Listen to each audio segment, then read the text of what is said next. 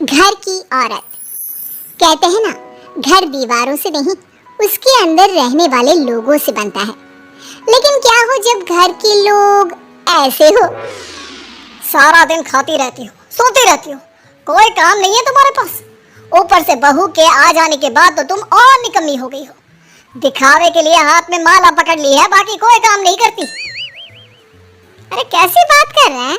अब तो बहू आ गई है, अब तो मेरी बेइज्जती करना बंद कर दीजिए। जैसे तैसे मेरी तो जिंदगी कट गई गालियां खा खा कर। अरे उस बेचारी को तो छोड़ दीजिए। तभी बेटे के जोर जोर से चिल्लाने की आवाज आती है। कहा था ना तुमसे रिजाइन कर दो, क्यों नहीं किया? और ये पर्स लटका कर कहाँ निकली? चलो कमरे में काम करो घर का। बहू बेटे की लड़ाई सुनकर सास ससुर बाहर आ जाते हैं। सामने खड़ी होती है नई नवेली बहू रीमा। देख लीजिए माँ जी, शादी से पहले तो मेरे माँ पापा के सामने कहा था कि शादी के बाद नौकरी करने देंगे, लेकिन अब क्या कह रहे हैं? तो तुम माँ जी को क्यों बोल रही है बहू? अब उसका मन रहा होगा, अब नहीं है। पर पिताजी, उसके मन से मेरा करियर तो नहीं चल सकता ना। ससुर को बहू की बात पर गुस्सा आ जाता है। वो बेटी की तरफ देखता है। पापा से जुबान लड़ाती है, रुक। ये बोलकर वो पत्नी को खींचकर कमरे में ले जाता है और बंद कर देता है। ये सब देखकर सास दुखी हो जाती है। पति के जाने के बाद सास बेटे से कहती है, देख बेटा, अब जमाना कुछ और है। तेरे पिता ने घर में औरतों की कद्र नहीं की, लेकिन तू ऐसा ना बन। शहर की समझदार पढ़ी लिखी लड़की से शादी की है तूने, उसका ख्याल रखा कर, तमीज से पेश आया कर। जा, बहू को कमरे से बाहर ले आ। लेकिन बेटा नहीं मानता और बहू कमरे में सारा दिन बंद रहती है। शाम को बेटा बाहर जाता है कि सास चाय और बिस्कुट लेकर बहू के कमरे में जाती है। बहू बेटा ये ले, चाय पी ले। रो रो कर कैसी शक्ल बना ली है बेटा। माँ जी, कैसे लोग हैं? आप कैसे मैनेज कर रही हैं? ऐसे थोड़ी ना होता है माँ जी। घर की औरतों को तो पिताजी और ये इंसान समझते ही नहीं। क्या करूं बेटा, मैंने तो जैसे तैसे सह लिया, लेकिन तू ना सहना। दोनों बात कर ही रहे थे कि ससुर आ जाते हैं। अच्छा, तो अब बहू को भड़का रही हो? बहुत दिन हो गए मार खाए, अब क्या बहू के सामने खाओगे? जाओ यहाँ से, और जरूरत नहीं है ज्यादा इस लड़की को सर पर चढ़ाने की, समझी? बहू को ससुर की बात पर गुस्सा आ जाता है, लेकिन वो कुछ नहीं कहती। आए दिन बहू देखती है कि कैसे उसकी सास और उसके साथ उसका ससुर और पति गंदा व्यवहार करते हैं। फिर एक दिन, ये क्या बनाया है? खाना बनाना नहीं आता क्या? ये बोलकर वो खाने की भरी सारी थाली फेंक देता है। अरे बेटा कोई बात नहीं, शांत हो जा, मैं अभी बाहर से कुछ मंगवा देता हूँ। हाँ बाबा, ऑर्डर करिए। ऐसे खाने से तो पेट भरने से रहा। वैसे खाना तुमको बनाना आता नहीं और बाहर जाकर नौकरी करना चाहती हो। अरे तुम जैसे को तो पूछते भी नहीं है बाहर। बहू को पति की बात पर गुस्सा आता है, तभी सास बोल पड़ती है। तेरे से ज्यादा पढ़ी लिखी है, वो तो तूने इसे कहा था कि तू नौकरी करने देगा तो तुझसे शादी कर ली, वरना ना ही करवाते इसके माँ बाप तुझसे शादी इसकी। और कमाती भी ये तेरे जितना ही है बेटा।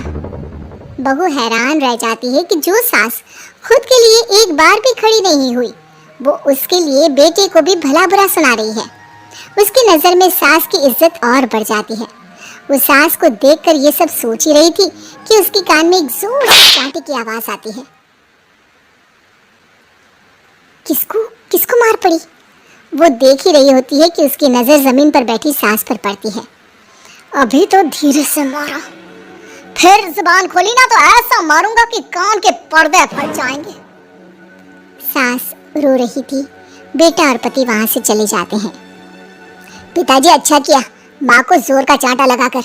आगे से जबान खोलने से पहले 4 बार सोचेंगी। बड़ी आई। दोनों हंसते हुए वहां से निकल जाते हैं। बहू सास को उठाती है और पानी देती है। मैंने ये दिन रोज देखे हैं बहू, लेकिन तू नहीं सहना। तू अपना जीवन अपने अनुसार जीना। शादी के वक्त मैंने तेरी माँ से बात करने की कोशिश की थी, उन्हें बताया था, लेकिन वो नहीं मानी। बहू सास को पकड़कर रोने लगती है। वो इसलिए नहीं मानी क्योंकि वो मेरी सगी माँ नहीं है। माँ जी, जिस तरह से आप मेरे लिए खड़ी हुई है ना, मेरी माँ भी नहीं हुई। बेटा मैं तेरा भला चाहती हूँ, तू नौकरी इस घर में रहकर तो नहीं कर पाएगी, एक काम कर, इस घर से चली जा, पैसे कमा और खुश रह। माँ जी, हो सकता है कल तक मैं आपके इस फैसले को मान जाती, लेकिन आज नहीं।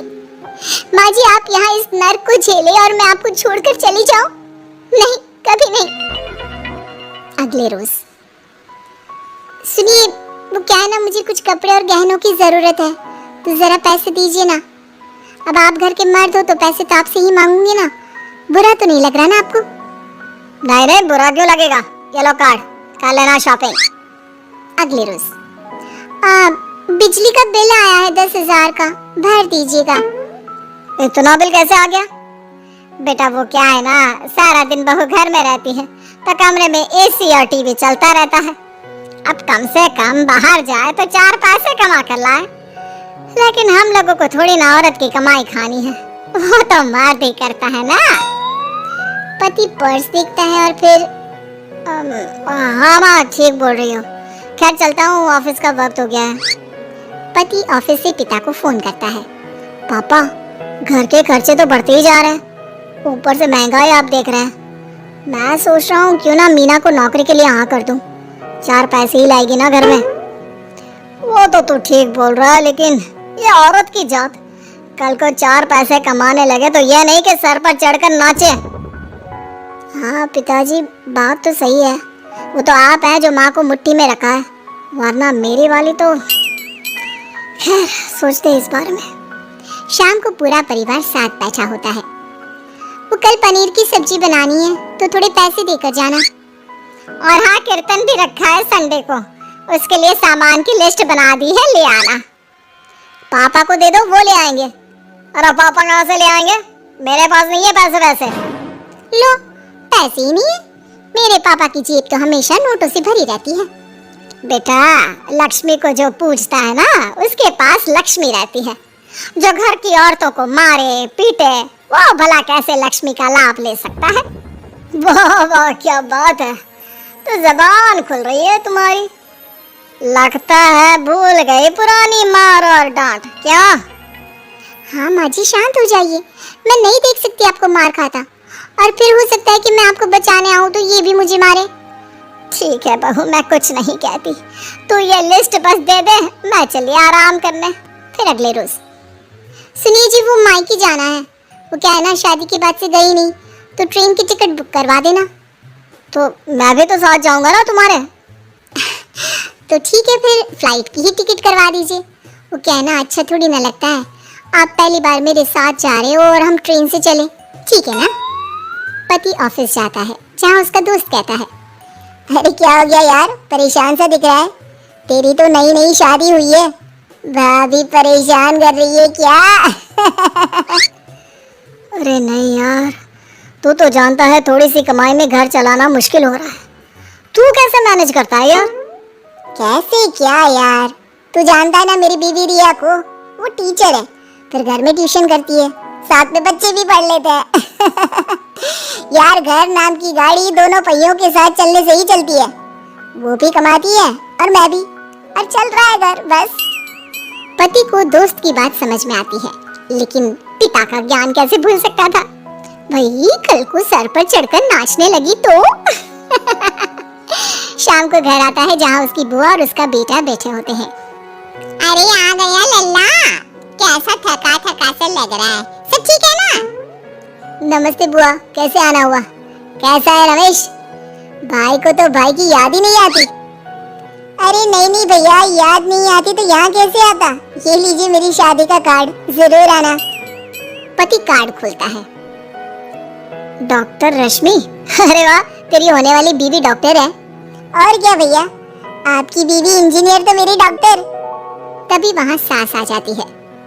अरे जब घर में ही बिठाना है बेचारी को, तो काहे का इंजीनियर है, तो काम वाली ही, घर का काम करती है और आराम। इतनी पढ़ी लिखी लड़की को घर पर क्यों बिठा रखा है? अरे बहू कहीं झोला छाप डिग्री तो नहीं लेकर आई है? पत्नी की बुराई सुनकर पति को गुस्सा आता है। नहीं बुआ, यूनिवर्सिटी टॉपर है मेरी मीना, और हाँ बड़ी कंपनी में काम भी करती है। बस शादी के बाद कुछ महीनों की छुट्टी ली थी, अगले हफ्ते से ऑफिस शुरू हो जाएगा। क्यों मीना? तभी ससुर आ जाते हैं। हाँ, लेकिन फिर घर का काम कैसे होगा? और पैसे कमाने लगेगी तो सर पर। पिता की बात पूरी नहीं हुई कि बेटा, सर पर चढ़ने का हक है उसका पापा। पत्नी है वो मेरी, यानी मेरे घर की रानी, और रानियां तो सर का ताज होती है। क्यों मीना? मीना पति की बात सुनकर शर्मा जाती है। वाह बेटा, तू सही समय में समझ गया कि औरतों की इज्जत करने वाले घर में शांति और लक्ष्मी का वास होता है।